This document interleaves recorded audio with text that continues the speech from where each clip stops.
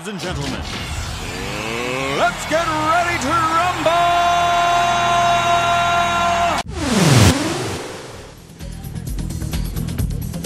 Tiyakad naman ang tawag sa larong pinagmulan ng galing ni Rainer sa pagsisirko. Balanse ang itinuro ng Karang na lagi raw niyang hawak nung musmus pa lang siya at puro laro ang kanyang inaatupag. Dahil dito, nakilala siya bilang si Warman. Kaya niya magbalanse. Isa rin siyang stilt walker na may taas sa 12 feet. Laro pero may pakinabang pala. Hindi ko na napansin yung laro ko pala nung elementary ako, mapapakinabangan ko ngayon palang may pamilya na ako.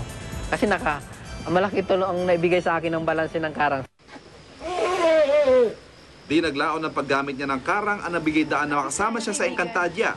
Siya si Awu, ang pinakamatangkad na pasneya.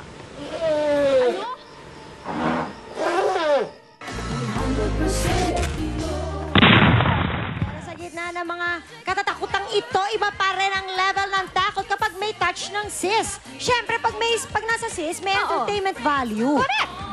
Eto na, here's Marie Chris and Ella V with the Abstract Dancers.